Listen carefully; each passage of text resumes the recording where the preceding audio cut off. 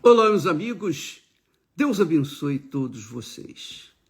Este é o segundo dia do jejum de Daniel. E como nós temos tratado esses dias, nós falamos sobre o Espírito Santo. Nós queremos que todos tenham pleno conhecimento daquilo que a Bíblia se nos revela.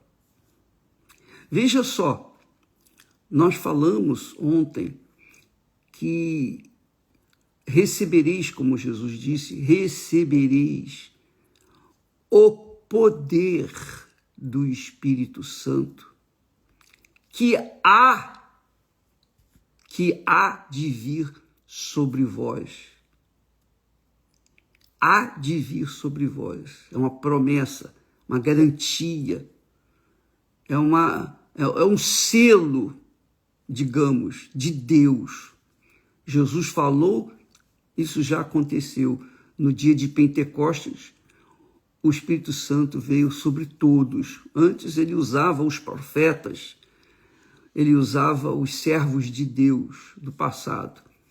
Mas, quando Jesus veio e pagou na cruz do Calvário pelos nossos pecados, fez o trabalho que só ele poderia ter feito, que é pagar pelos nossos pecados com a sua própria vida. Então, quando ele ressuscitou e ascendeu aos céus, ele enviou o Espírito Santo. Para quê? Para que o Espírito Santo pudesse vir conduzir os seus discípulos. Até então, quem conduzia os discípulos de Jesus era o próprio Senhor Jesus, pessoalmente.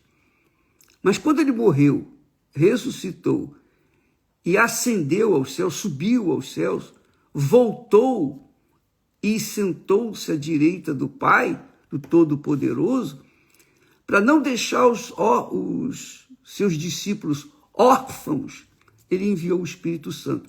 O Espírito Santo é Deus, é a pessoa do Senhor Jesus, em espírito, dentro daqueles que são selados, daqueles que o recebem. Então, o Espírito Santo, hoje, é quem dirige, desde o dia de Pentecoste até hoje, o Espírito Santo tem guiado, dirigido os discípulos do Senhor Jesus. Então, quando Jesus disse, recebereis poder, o poder do Espírito Santo, é claro que esse poder do Espírito Santo é um poder sobrenatural, não é um poder natural. Você faz exercícios e consegue músculos, não é? Você consegue um corpo sarado. Foi um trabalho físico. Mas o poder do Espírito Santo é espiritual, é sobrenatural. É claro que não existe poder que possa se comparar ao poder do Espírito Santo, a presença dele dentro de nós. E qual é o segredo que a gente carrega quando tem o Espírito Santo? É uma coisa que poucas pessoas notam. Quando uma pessoa tem o Espírito Santo, ela é uma criatura cheia da graça, da unção, da presença de Deus. E como que se extravasa esse poder sobrenatural através dos seus servos? Como? Através da palavra. A palavra naturalmente já tem poder. Qualquer palavra, seja a palavra do bem, seja a palavra do mal, já tem poder. E a palavra não morre, é como alma. Então a palavra tem poder. Jesus disse isso quando falou para os discípulos: olha, pelas tuas palavras serás justificado, justo, perdoado, e pelas tuas palavras serás condenado. Depende da palavra que nós proferirmos. E isso depende do espírito, quer dizer, da cabeça, do nosso intelecto, da nossa inteligência. Falar aquilo que deve ser falado e omitir aquilo que não deve ser falado. Então, imagine, a palavra humana já tem poder. Quantos casamentos são desfeitos por causa de uma palavra? Mas também quantos casamentos são feitos através de uma só palavra? Não é isso? Quer dizer, com uma palavra você constrói um casamento, uma vida a dois. Com uma palavra você destrói. Tudo depende da palavra. Quantas pessoas nesse momento, nesse exato momento, dizem: é verdade, o meu casamento foi desfeito por causa de uma palavra. Uma palavra. Então, a palavra tem poder para dar vida, a palavra tem poder para matar. Pois bem, imagine quando a palavra de Deus sai da boca dos seus servos, dos seus filhos, dos seus ungidos. Imagine quando a pessoa fala pelo Espírito Santo. Imagine quando uma pessoa conduzida pelo Espírito Santo dá uma mensagem ou profetiza, quer dizer, fala o que Deus já determinou. E quando a Bíblia fala em profetizar, não é adivinhar o futuro, não. Não.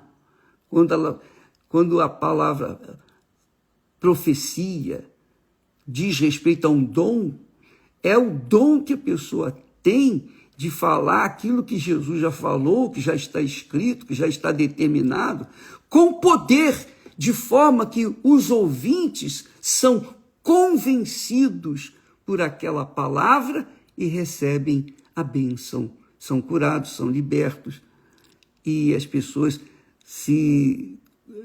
são reconstruídas suas vidas por causa daquela palavra profética. Porque ela não saiu da inteligência do homem, mas foi um poder, ou é um poder sobrenatural, o poder de Deus. Por exemplo, Jesus disse: vinde a mim todos os que estáis cansados e sobrecarregados.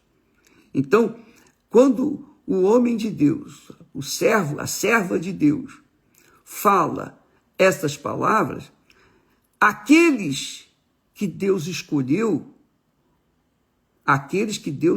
porque muitos são chamados, mas poucos são os escolhidos, aqueles que Deus escolheu entendem essa palavra como de Deus, embora tenha sido falado por uma pessoa comum.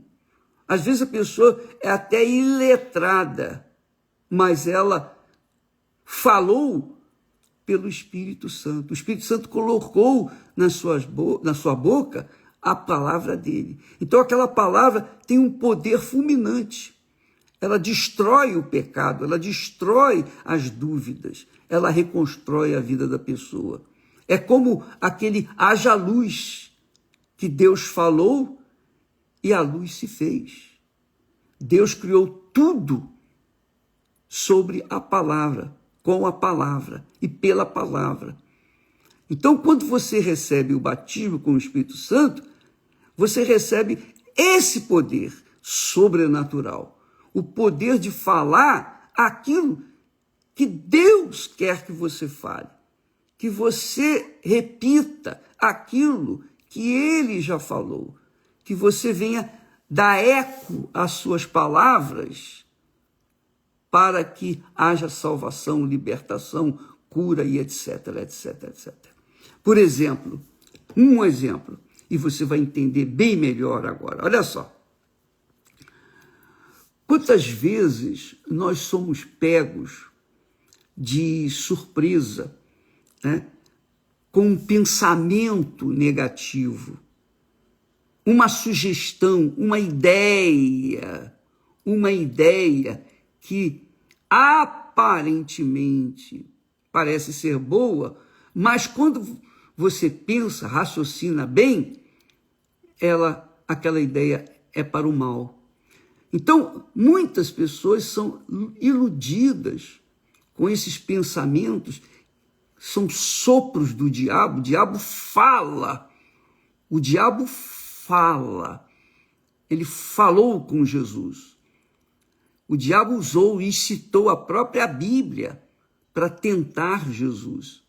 Só que Jesus, com pleno conhecimento da palavra de Deus, pela palavra de Deus, Jesus se defendeu.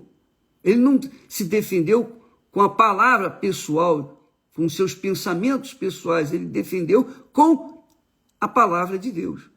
Ele refutou a palavra do diabo, distorcida, o diabo usou a palavra de Deus distorcida, e Jesus resolveu falando a palavra de Deus de acordo como ela está escrita. Então, Jesus usou a palavra para rebater e defender a sua reputação, a sua vida. Ele usou a palavra. Então, quantas vezes a pessoa é pega de surpresa com um pensamento negativo e ela se deixa levar por aquele pensamento e passa para outras pessoas aqueles pensamentos negativos. Ela repete, ela profetiza uma coisa que é do diabo para outras pessoas. As outras pessoas que ouvem, dão ouvidos, elas são enganadas pela palavra do diabo. Pensamentos negativos, pensamentos que nada têm a ver com a palavra de Deus, com os pensamentos de Deus. Então, muitas pessoas se destroem ou são destruídas por darem ouvidos às palavras do diabo. Então, o diabo usa a palavra, o diabo sabe que a palavra tem poder. Quando ele tentou a Eva, ele não usou as mãos, ele não pegou a fruta e colocou na boca da Eva, não. Ele usou pensamento, que se traduziu em palavras de tentação, de cobiça, de sugestão. A Eva se iludiu, ou se deixou enganar pelos seus olhos e acabou dando ouvidos àquela palavra. E ela veio e usou a palavra também para tentar o seu marido Adão. Então, amiga e amigo, com a palavra se constrói, com a palavra se destrói. Quando a pessoa recebe o batismo com o Espírito Santo, ela tem discernimento para falar aquilo que é de Deus, aquilo que já está escrito, aquilo que tem que acontecer, falar a profecia da palavra de Deus. Então, quando nós pregamos a palavra de Deus, nós profetizamos. Quando pregamos a palavra de Deus, nós pregamos com poder, com autoridade, aquilo que já está escrito, a profecia. Então, o que o ouvinte tem que fazer diante do ouvir a palavra de Deus? O ouvinte deve conferir se aquela palavra bate com o que está escrito, porque Jesus usou a palavra que já estava escrita. Ele não trouxe uma palavra nova, não. Ele usou o que já estava escrito. Então, foi o escudo dele, o conhecimento da palavra, porque pelo conhecimento da palavra, ele defendeu a sua fé. Então, quando você ouvir eu pregar, falar, profetizar, então você tem que conferir o que eu estou falando. Não é porque eu falei que é o que eu falei. Não. Você tem que conferir as coisas espirituais com as coisas espirituais, com a palavra de Deus. Eu lembro que eu fazia isso no início da minha conversão. O pastor pregava, eu ia lá conferir se estava escrito na Bíblia. E eu pegava a Bíblia e conferia que realmente. Agora, se por acaso ele falasse alguma coisa que não batia, não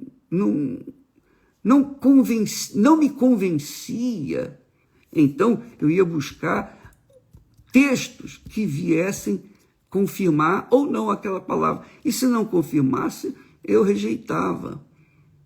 Por quê? Porque nós temos que usar a fé com inteligência. A fé com inteligência. E usar a fé com inteligência não é usar a fé segundo o que você sente ou deixa de sentir. Ou usar a fé com sentimentalismo.